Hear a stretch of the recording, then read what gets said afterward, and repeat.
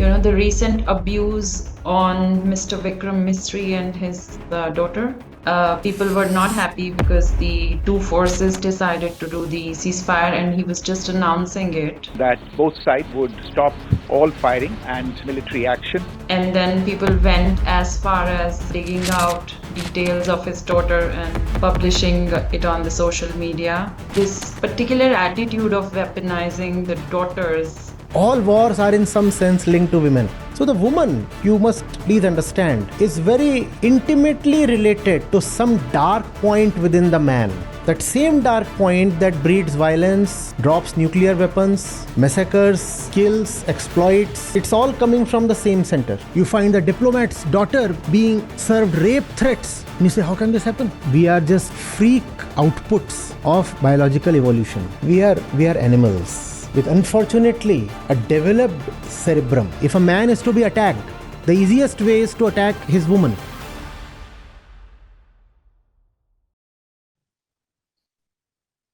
Namaste, Acharya ji. Welcome.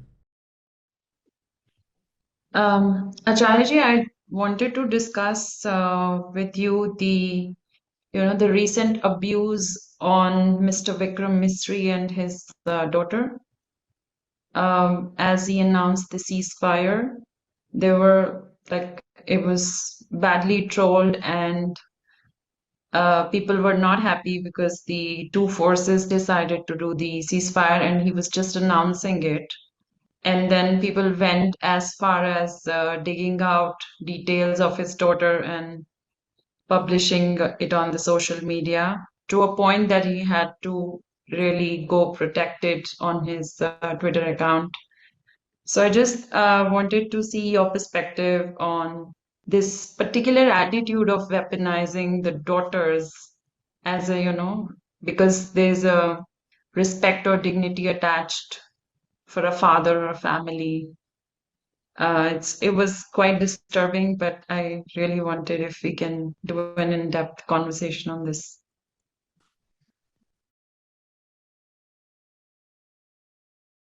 Battles involve women. Some way or the other.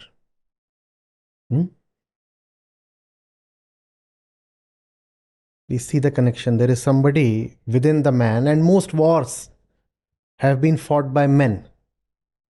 There is something within the men that craves for territory, craves for respect. That same thing also craves for women. And therefore we find such a strange thing that while women have actively not fought many wars, but they have been subtly at the center of a lot of wars. Most noticeably the Mahabharat war. You'll not find a single woman on the battlefield. And yet, there is a woman, in fact, couple of women, in Karn's mind, Bhim, the way he ultimately punishes and slaughters Dushasan, Arjun, all the internal strife you find in chapter 1. Women are there. Women are there not because they are the culprits, but because wars are fought by men. Wars arise from the ignorance of men. And women are one of the strongest objects of a man's craving. Most tempting, most lucrative, comparable to territory, comparable to prestige, comparable to money, riches. What do you find in Durga Saptati? These two demons, they have everything. But they still go after Devi. right? They say, because we have everything, therefore we must also have this woman. And then they go and tempt her. They say, we have everything, all the riches are there, and all the territory and all the power. You also come to us. And that brings them to their downfall. They are all massacred. That's another story. But even riches don't suffice. If riches are there, you say, since the riches are there, therefore the woman has to be there. Otherwise, what's the use of these riches? All the riches are for the sake of the woman. I have to obtain the woman. So the woman, you must please understand, is very intimately related to some dark point within the man. That same dark point that breeds violence, drops nuclear weapons, massacres, kills, exploits, it's all coming from the same center. Here you find the daughter of the diplomat, the bureaucrat, being targeted. So you see a distinction, gender-based distinction. Maybe the said fellow also has a son, I don't know. But the sons would not be targeted, even if they do exist. Just as the terrorists didn't target the women. What did the terrorists do at Pahalgam? They made a distinction.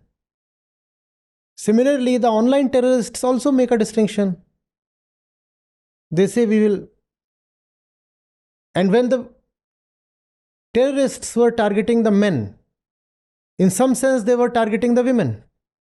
They were saying, now we are leaving you alive to go and suffer. And the message was so strong that the operation itself was named Operation Sindoor. Do you see how the war is linked to women? All wars are in some sense linked to women. Even when women are not the active participants, they keep wondering, what have we done?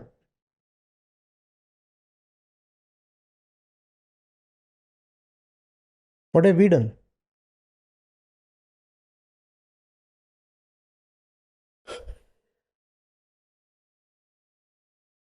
We are animals. We are animals with unfortunately a developed cerebrum. So just because of biological evolution, we have what you can call as intellect. There is nothing conscious about the intellect. It's just like the well-developed biceps of a gorilla, or the well-developed teeth of a tiger. Just an evolutionary product having nothing to do with consciousness.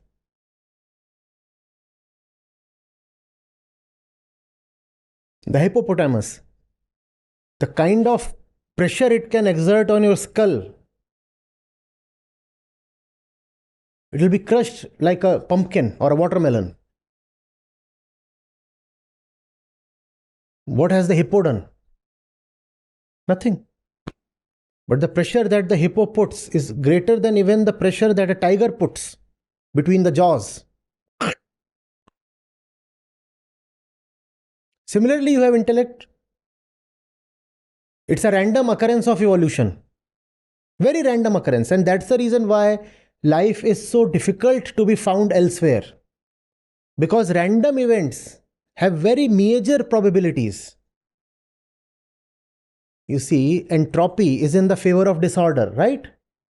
Whereas what you find in evolution is that starting from disorder, you came to this orderly thing. The law of universe is that even if order exists, over time, the order will turn into chaos, disorder, right? Whereas in the case of the human being, you find that starting from just soil and amino acids and then proteins, and then that single-celled amoeba, and then all the kinds of stages of evolution, then the monkeys, and finally you have become a very well-organized creature. The probability of this happening is 1 in a billion. It's a freak event of nature. And therefore, you will not easily find life elsewhere. But you might find life elsewhere because then there are billions and billions of stars and planets. So even if the probability is low, yet there is some thing that it can be. What I'm trying to say is, we are just freak outputs of biological evolution. This brain included. And everything else about us is totally animalistic. Totally. You can glorify whichever aspect of human activity, human being, human thought, human endeavor, human culture, human civilization, human relationships. The fact remains that all of that is totally animalistic. Except for the urge to be liberated, everything else that human beings have done is just an expression of the inner animal. Everything, without exception.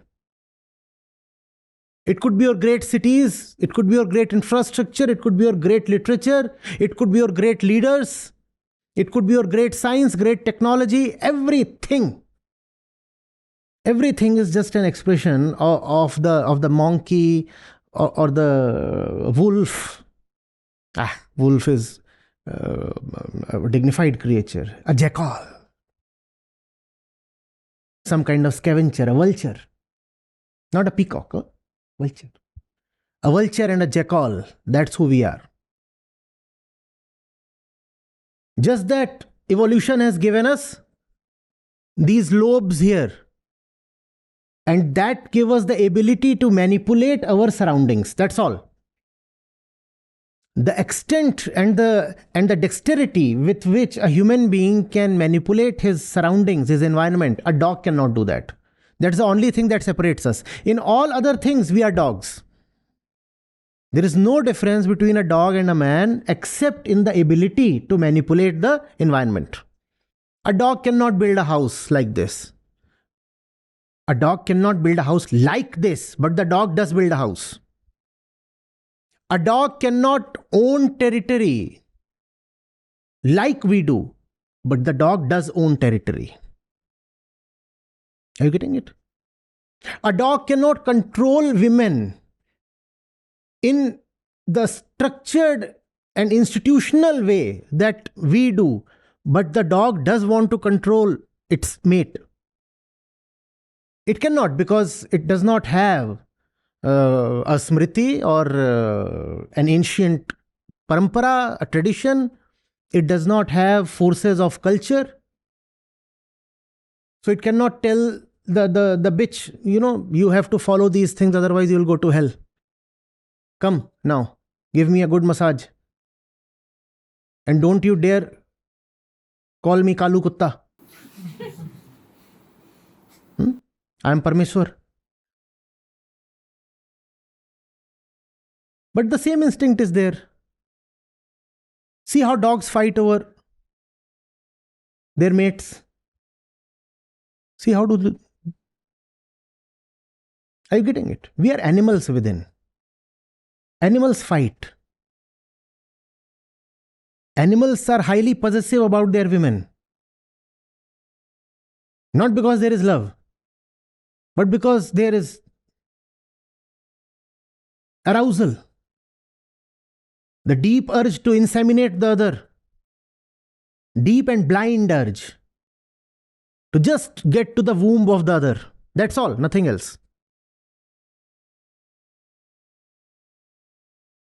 You must please understand, beyond disputes, beyond ideologies,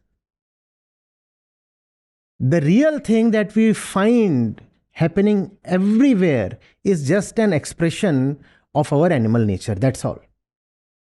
You may say the real reason is that Ukraine was being wooed by NATO and therefore Putin got a bit restless and he attacked. Come on.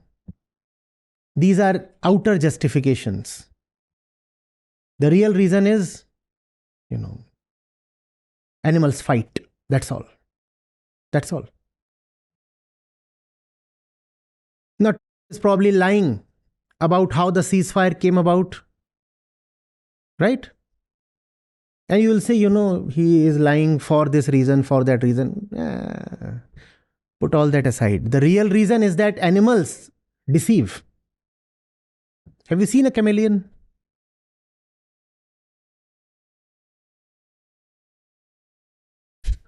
You know what camouflage is?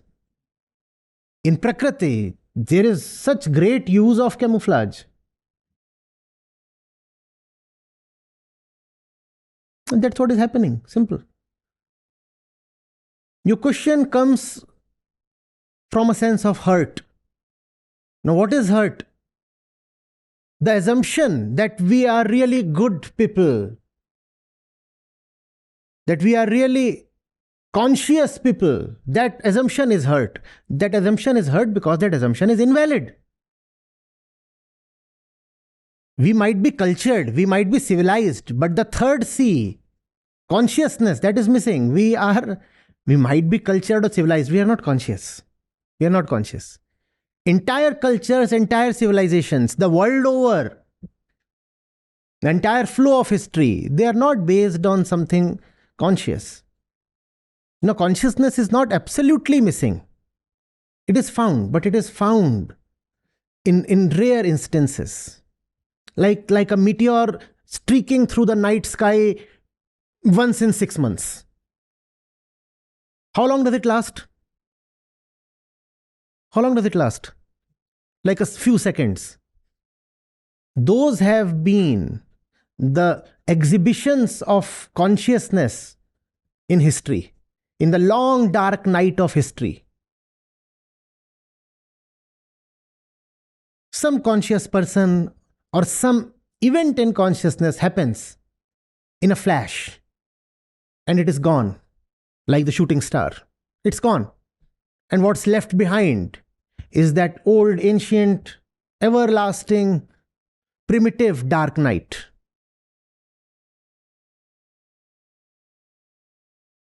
Why are you surprised when you find all protocols of war being violated, when you find everybody lying to everybody else, media is lying to the population, the leaders are lying to the population is lying to itself, the two countries are lying to each other, the third country is trying to mediate and is lying to both the countries. Everybody is lying to everybody else.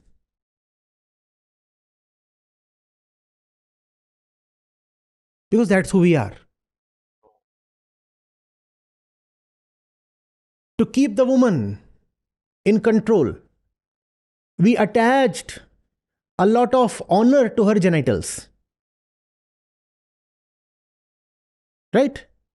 And because the man values her a lot, not because of love, but because of, the reasons.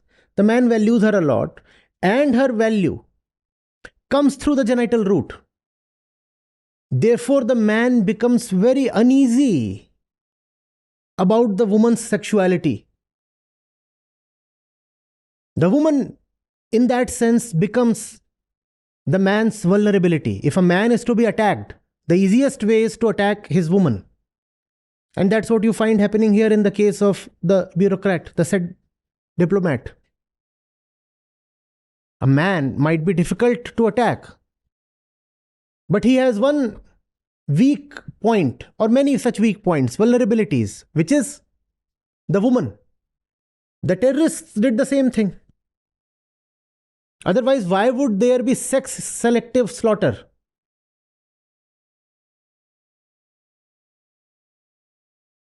We thought that happens only in the case of infanticide and feticide. But that's also what is witnessed at Pahalgam. Separate the two genders and massacre only one.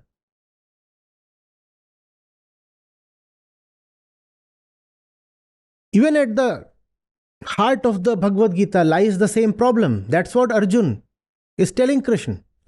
If all the men get killed, all the women will get corrupted because they will go and have sex with the lower varnas. So again there the great problem is the woman's sexuality. And that's what is bugging Arjun. What will happen when the women are having sex? Here I am fighting and losing my life, and she is going and having fun. What's going on? And not only will she have fun, she will also produce kids. She is very fertile. And then he says, those kids, you know the story, right? They'll be Varnasankars, and when they will offer the tributes in the month of Shraddh, the diseased ones, they will refuse to accept those things. And then a great curse will befall the kingdom and those things. But all that is story. The real thing is, the women, they will run away. They have to be controlled. Because that's who we are, not conscious people. That's how it happens in the jungle. The female wants to control the male wants to control the female. That's how it happens in the jungle. And that's who we have been. And that's why the Bhagavad Gita is so sacred and so important. Arjun is speaking or beginning to speak from that ancient point of primitive ignorance. But Sri Krishna illuminates him. But those instances have been very few and far between. Don't be surprised. In war crimes, the foremost is rape.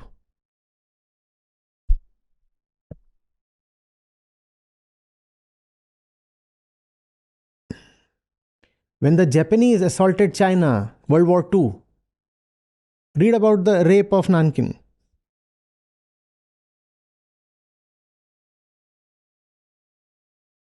It was one of the biggest motivators. If you defeat the enemy, all the young girls and women, they belong to you. Rape them. So war and women, they go together. Genghis Khan, he was fighting wars all his life. Somehow he spared India, but the rest of Asia and some parts of even Europe, he totally vandalized. Vandalized to the extent that a very high percentage of people in Central Asia to this date carry his genes. He impregnated so many women. That seemed to be one of his major motivations. If I win the war, I get to impregnate the women. 40 in a day. Imagine, entire populations bear the stamp of his genes. War and women, they always go together because they come from the same center. A warmonger is very likely to be a womanizer as well. And if he's not a womanizer, he will be pursuing some other sensory attraction. Because it all comes from the same center. Bangladesh liberation struggle. The Pakistani army, the number of women that were raped, incalculable. In fact, it is as if men start wars just to rape women. That's the kind of evidence history produces. And still the funny thing is, so many women, they clamor for war. We too are very nationalistic, we want war. Such deep ignorance. You could have called it cute had it not been so violent.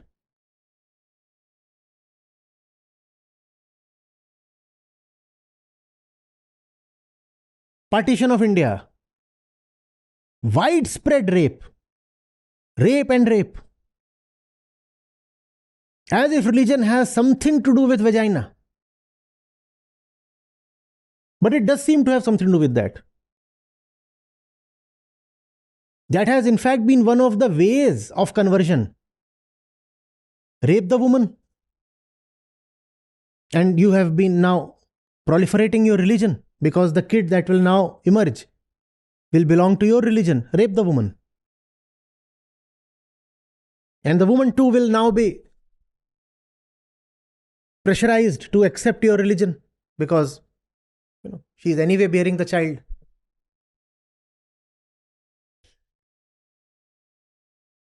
Think of one war where women have not been raped. Not that there don't exist any, but they will be very few. And reverse examples are also available.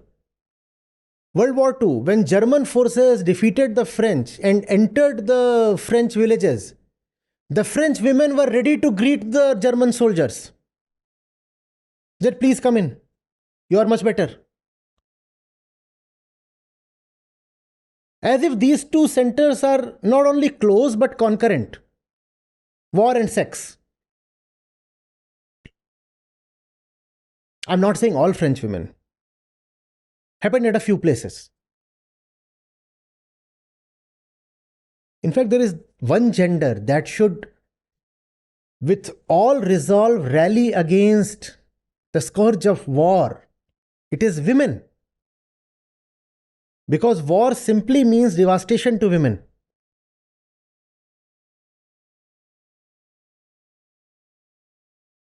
One of the motivations that the armies, the Islamist armies had when invading India was that Hindu women are good. Good to be had. Not good in terms of, wow, what a conscious friend I have. Kindly educate me. And the marauding armies, they would motivate their soldiers, especially this way. If you defeat the infidels, the women and the animals and the property is yours.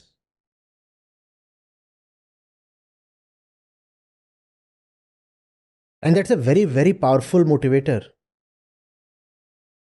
The Islamists did win. It's probably one of the juiciest carrots that can be shown to a person. You do this and you will get sex. And he will do anything. Acharya ji, so yeah, this is very helpful, but how do we have a message for women? Because when we read all this, I think it's a bit disturbing, right? And even I think personally, I remember a conversation long ago, 25 years ago now, I think almost 20 years. I was doing mechanical engineering, and I was the only girl in my class of 50 boys. And I always studied in a girls' school, so it was new for me.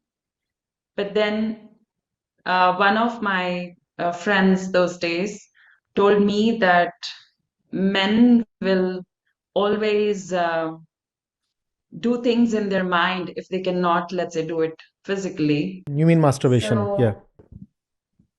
No, not that even. I think, for example, if you are their object, then they will rape you in their mind. And so they can, let's say, create some scenes or whatever, because there were a lot of gossips, not just around me, but I think many women in the college. We had less than 10% women in the entire batch. So I think it's a bit disappointing, right? Because as you said, it's primitive and it's very hard to. No, again, you're speaking from the same center. Again, when I started, I said you look hurt, and what is it that's hurt? The assumption. Now again, you are saying you are disappointed. Why do you hold assumptions and expectations in the first place? Why? You must be having some interest there. You must be having some stake there. You want to believe that the 60 boys of your batch are all nice people. Why do you want to have that expectation? Maybe you want to pick one of them as a nice one for yourself. Maybe. Therefore, it hurts when you discover that each of them is a beast. And yes, that is called masturbation. In one word. Imagining a rape scene and doing all those. One doesn't imagine a rape scene for nothing. It is imagined so that one can ejaculate. That's masturbation. Why do you expect that all these are nice people? Why? There has to be some stake there, right? No, I'm forced to assume that one of them, at least one of them or a few of them, are nice people. I cannot just say that the entire society is rotten, because if I say that, how will I get a partner? If I want to go out with someone, if I want to date someone, if I want to establish to myself that I have a nice nice partner for myself, then I have to leave some scope open. All right, out of these, out of the 60, 40 are maybe rotten people, but at least 20 are nice guys. Hi. And even if then evidence is available, you want to shy away from it. Not a single one in my campus days was not seeing women as objects of desire. Not a single one, including this one. But you want to assume, no, he is a cutie fellow. Come, my teddy. Yeah, sit in my lap. There you have your own interests, including sexual ones. That's what. Otherwise, why should there be disappointment? Please think. You find a python coiling around its prey. Are you disappointed? Why are you not disappointed? Because it's a python, and you have acknowledged that, and you have no stakes there. You don't have to establish to yourself that the python is the epitome of virtuosity. So when the python kills, you're not disappointed. But when a fellow who is a candidate to be your boyfriend, when he is found masturbating in the bathroom, then you're disappointed. But he was not supposed to do that. What else is he supposed to do? Why do you think he comes to you? Right now it's in the bathroom. Tomorrow it will be on your body. That's all. But that sounds so crude, na? That's it. That's the jungle. That's it. Take it. That's Maya. That's this Jagat, where you are born. That's how people are. And if somebody says, no, that's not the way I am, then he's a liar and a hypocrite. That's how everybody is. Buddhas are 1 in a billion. You won't get them in your batch. Exceptions are possible, but you won't get them around yourself. If you really love the exceptions, then you'll have to go out of your circle. But you live in your circle and you want to assume virtue there. These are the 20 people I know. Out of them, 10 are very good. That's not going to happen, sir. You really have to strive to be someone who is not an animal. And the first step in that strife is addressing your own inner animal. And even if you have addressed it, it will take long to discover one in the society, because they are very rare blossomings. But you want to expect that, your family, everybody is a good boy. Sir, they are not. No. My mohalla, my society, they are good people. My batch, my college, my school, my office, my colleagues. They are not. Don't be disappointed. Just as you are not disappointed when the python coils around the rabbit and strangulates it. It's a very violent sight, but you're not disappointed. Yes, you are moved. But you're not disappointed. Mind the word. Disappointment is with respect to expectations. From the python, you expect nothing else. The tiger chases the buffalo calf and brings it down. Does that disappoint you? No. Because that was expected. Similarly, when you have people around yourself, please expect animal behavior all the time. And also from yourself. But because we are self-deceptive people, we do not address our own animal behavior. We don't want to, first of all, see that we are animals in the first place. Therefore, we start expecting that others too are not animals. We are animals, others are also animals. That's how Prakriti operates. Instead, you glorify certain things as if they have dignity. A war has dignity. No. It's two rams ramming into each other. You know ram? What is a ram? What is a ram? That big sheep with the horns. Have you seen them? They bloop, bloop, bloop. These are two animals fighting each other. Why do you glorify it so much? There is a resurgent Aryan movement in Nazi one in Germany now.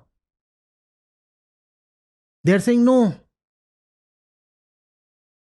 Nazism was about our glory, our self-pride, our self-esteem. We have to resurrect the whole thing. Why do you want to glorify it? Why do you want to glorify it? Take it, see it for what it really is. There's nothing there. And you glorify your weddings and marriages. Why do you glorify them? What else are you going to do after marriage? Come on, please.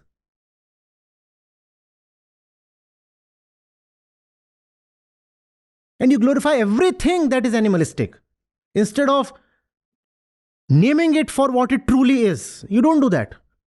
You give it an aura and a halo and a big name, and you treat it as something divine.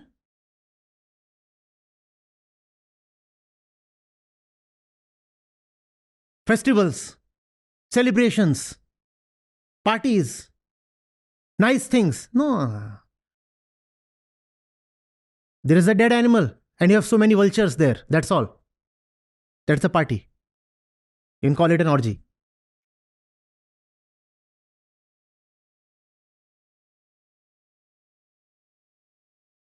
It looks very bad, right? When there is that carcass and there are vultures and jackals around it. A pathetic sight, you say, right? And you are having a so-called non-veg feast. An entire pig is laid on the table. And you're... How is that not the same thing? How are you not a jackal? Come on. Everything that we do is coming from the jungle. It is animalistic. Don't be disappointed.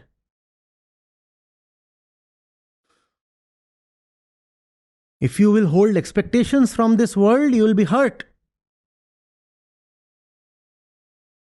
Also, if you hold expectations from the world, you will miss the Krishnas and the Buddhas. Because you will be looking from them in your familiar places. And they are not to be found there. You will be looking for them in the familiar way, thinking of them as familiar sights, displaying familiar behaviors. And you will miss them totally. Whatever you do, if it can be mapped against something that the animals do, you should know who you are.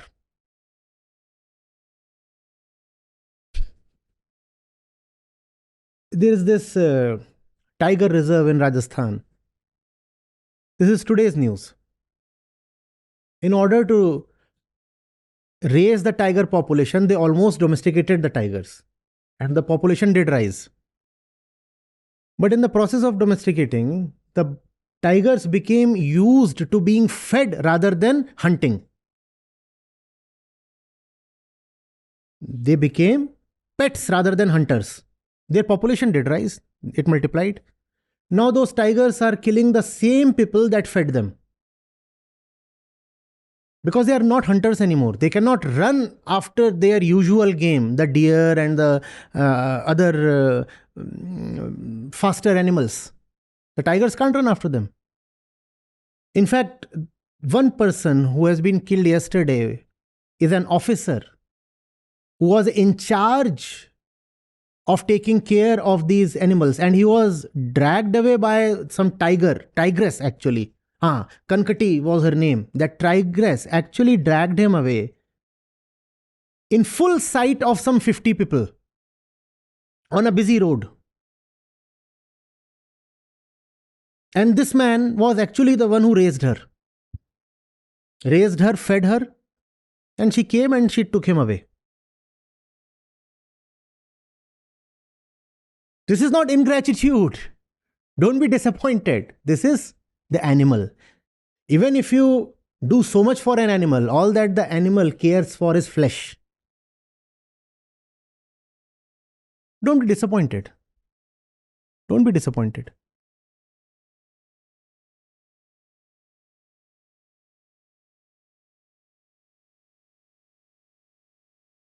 Now you see why war and women go together? Because they both come from the same center within the man, the primitive center of animal behavior. Just that we don't want to accept we are animals, so we glorify. We glorify our animal behavior and give it very respectable names. There is nothing respectable about all these things that we do. There is hardly anything respectable about anything that we do.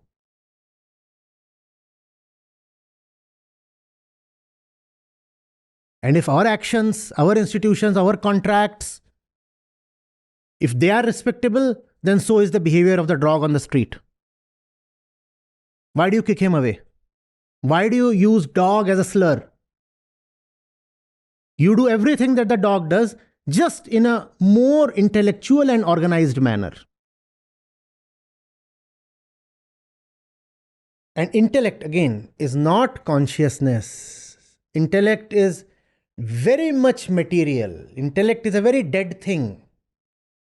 An intellectual is not necessarily a conscious person. No, it's very easy to be intellectual. Sometimes you don't even choose it. Your cells, your heredity, your brain structure is such that you will be an intellectual. It's not to your credit, it just happened to you. Being an intellectual was something that happened to you. Just as being a carnivore is something that happens to a tiger. Now, consciousness is not something that can happen to you. It is something that you beseech with love and dedication and self-observation.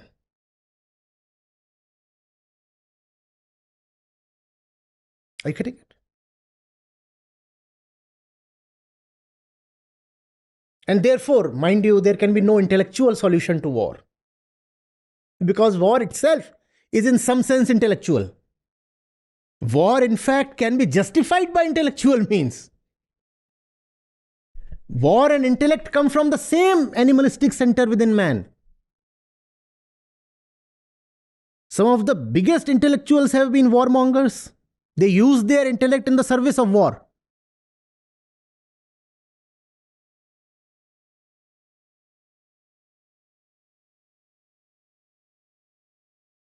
Don't have too much respect for intellectuals. They don't count for much.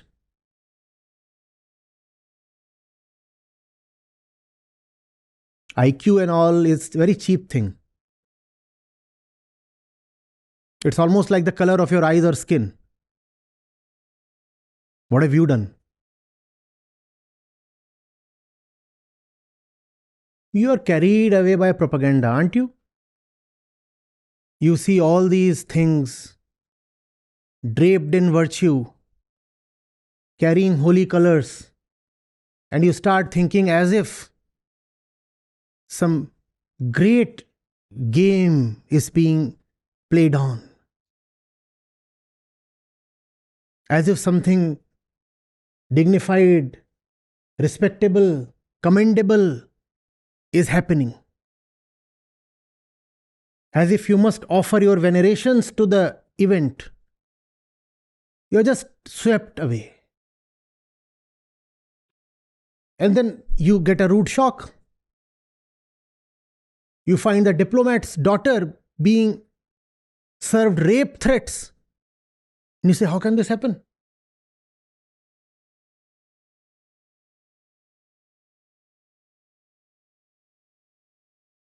But that's what the whole thing is anyway about.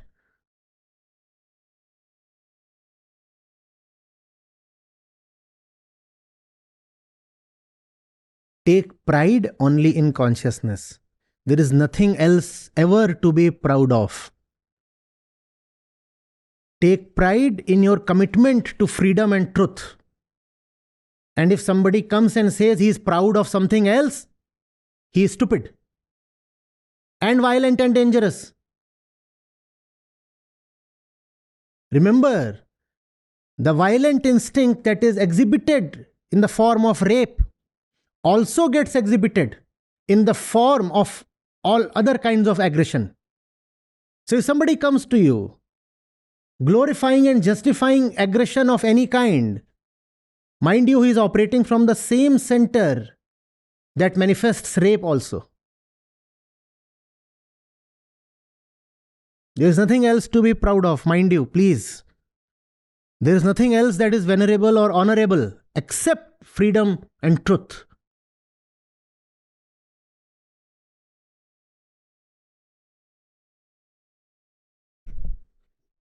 And India has been a little distinct from the rest of the world because India is one of the few countries, probably the only country, that chose to have truth as the basis of its nationhood. India as a nation is respectable only because the nation, this nation, the Indian nation, is committed to truth. That's what you find in your scriptures. That is also what you find in your constitution. If tomorrow, assume, somehow the entire population of India is gone, some strange weapon is there that leaves all the infrastructure intact and only the people are vaporized. And then some other people come and occupy the Indian land. And those people are bloodthirsty, ignorant, insolent. Would India still be called great? India is great because in the air, in the constitution, in the culture, there is still some remnant of devotion to the truth. The day that devotion to the truth is totally obliterated, India will no longer be great. Let there be no doubt about that. Greatness is not something that you just get in inheritance. Greatness is something that you work for. Greatness is something you earn. Tomorrow, some other people occupy India. They change the constitution. They say we exist just to invade other lands and take away their women and take away whatever, their property. That's what we exist for. Would you still call India great? No.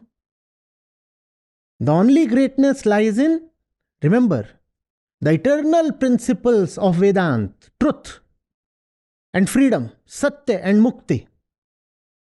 So if a person resonates with those principles, they are not principles really, but for the purpose of this, let me call them principles. So if a person resonates with those principles, that person becomes great. That person has become great because he is now aligned with greatness. India, the nation, is great because it is aligned with greatness. India, the nation, is great only as long as it is aligned with greatness.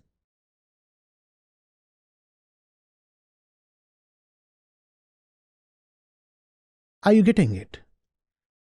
So,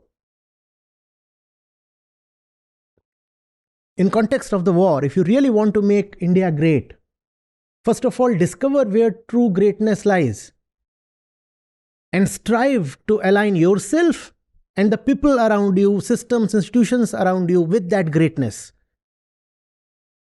Only that will keep India great.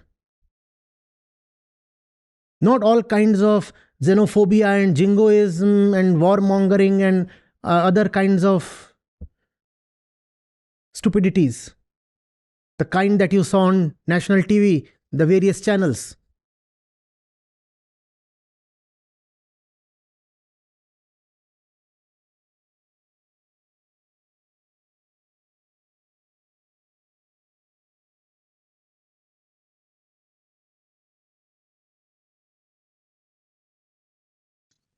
Thank you, Acharya ji. Welcome. I'm Nima. I'm from France right now. I'm from France. And today is my first day. It's really a first day in this guitar session. And it is very, very, I feel very, very pleased and very, very, what to say, very thankful for Acharyaji to listen his live session today. Even my daughter, she's also listening Acharyaji since I think it's nearly 6 months since we are listening Acharyaji from YouTube. And since then, my whole family love Acharyaji. I mean, even my daughter, she's 4.5 years old. She also loves to listen Acharyaji's podcast.